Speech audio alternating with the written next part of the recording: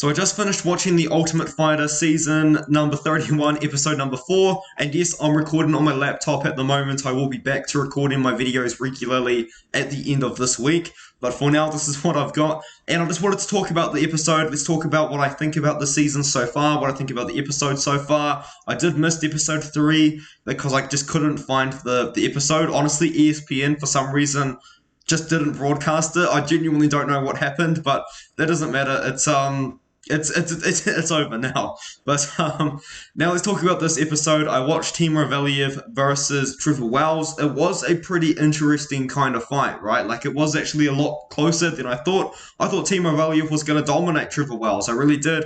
Timur Valiev obviously went 2-1 in the UFC, so his release was kind of odd.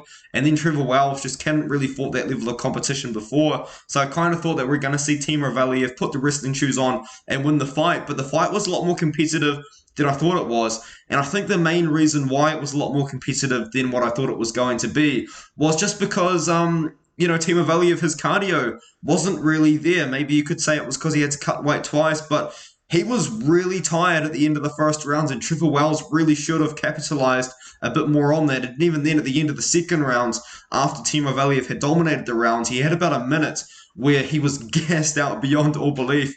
But Wells was tired too at that point as well. But I think Wells really could have capitalized on the bad cardio that Timur Valiev did show in that fight. But as for this episode overall, it's just the same, isn't it? Like, it's just getting really repetitive. It's getting kind of boring. You know, in the past, we've had coaches challenges. We've had team challenges. We've had things to mix it up just from the standard.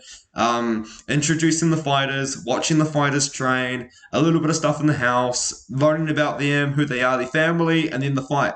In the past, we used to mix it up with like team challenges where the winning teams would win money.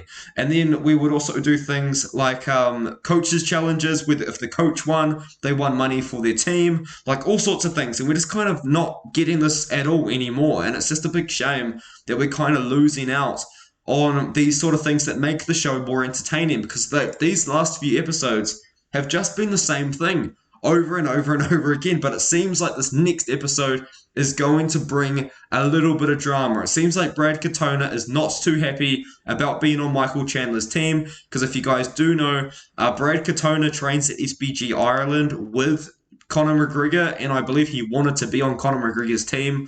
Obviously, that didn't end up happening. Maybe Brad Katona was one of the guys that McGregor brought on, which is weird that Katona wasn't a guy that they were originally wanting on, because he's actually a really good fighter.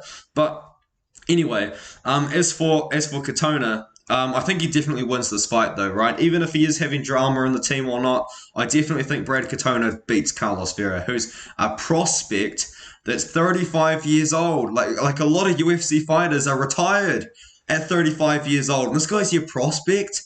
Like, come on, man. Is the talent scouts for the show even trying at this point? Like, come on, man. Even if he won the show, he's 35. He's going to retire in 2 years. Like, what's going on? But yeah, it's interesting, right? The UFC veterans are older than the prospects. That's one really, really weird thing about the show. I wouldn't say it's veterans versus prospects. I think it's just veterans versus random dudes that they found training in America. Honestly, like, there's so many better prospects they could have had on the show that probably would have given a good fight to the veterans. And it's actually making a lot of casual fans believe that there's no prospects out there, because everyone's kind of saying, oh, of course the veterans are winning. You know, they're the UFC fighters and the prospects are not. And it's like, oh my god, like, dude, like, it's so frustrating looking at all the comments on the show. This show, man, like, it's boring. This season is boring. I'm done with it, dude. I've watched every single season of The Ultimate Fighter.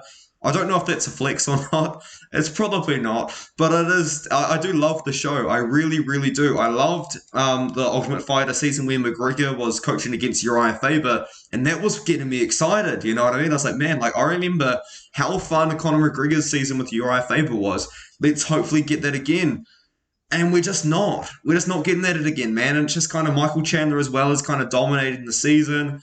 Like, that's kind of no fun, you know, as well. Like, it's kind of this Chandler's just beating up on all of his other guys, and not Chandler. Chandler's team is just winning, and Chandler's team's going to win again, dude. I would be incredibly surprised if Brad Katona loses to Carlos Vera. Really surprised. I think Brad Katona is a really good fighter. I think he's been deserving of coming back into the UFC.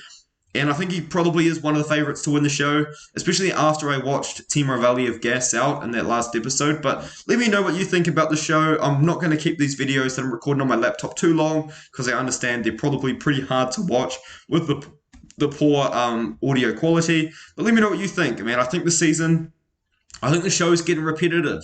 I think the show is getting boring. I don't know. I'm not really vibing with it as much as I used to be. But let me know what you think in the comments, and I'll see you guys in the next